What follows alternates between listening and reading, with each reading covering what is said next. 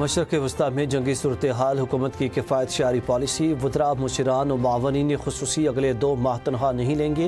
ارکان پارلیمنٹ کی تقریبات سے 25%، سرکاری محکموں کے اضافی اخراجات میں 20% کمی، گاڑیوں کو ملنے والے تیل میں 50% کٹوتی، 60% گاڑیاں بند، 3 لاکھ سے زائد تنخواہ والے ملازمین کی 2 دن کی تنخواہ عوامی ریلیف کے لیے استعمال ہوگی۔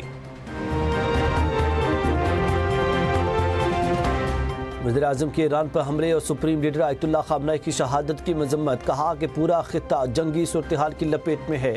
سعودی عرب اور دیگر عرب ممالک پر حملوں کی بھی مذمت کرتے ہیں۔ دنیا کو نئے چیلنجز کا سامنا ہے، طاقت کا توازن بدل رہا، مغربی سرحد پر ہمیں دہشت گردی کا سامنا ہے۔ افغانستان سے در اندازی کے جواب میں بہادر افواج وطن کا تحفظ یقینی بنا رہی ہیں۔ اور صدر ٹرمپ کا آئل ٹینکرز کے اسٹاف کو جان کا خطرہ مول کر اب نئے ہرمز سے گزرنے کا مشورہ، کہا آئل ٹینکرز جرأت کا مظاہرہ کرتے ہوئے آپ نئے ہرمز سے گزریں، ڈرنے کی کوئی بات نہیں۔ مبصرین نے صدر ٹرمپ کے بیان کو اچھا آئیڈیا قرار دے دیا، کہا کہ پہلے ٹرمپ خود حفاظتی حصار کے بغیر کشتی پر آپ نئے ہرمز سے گزریں، ہم ان کے لیے دعا کریں گے۔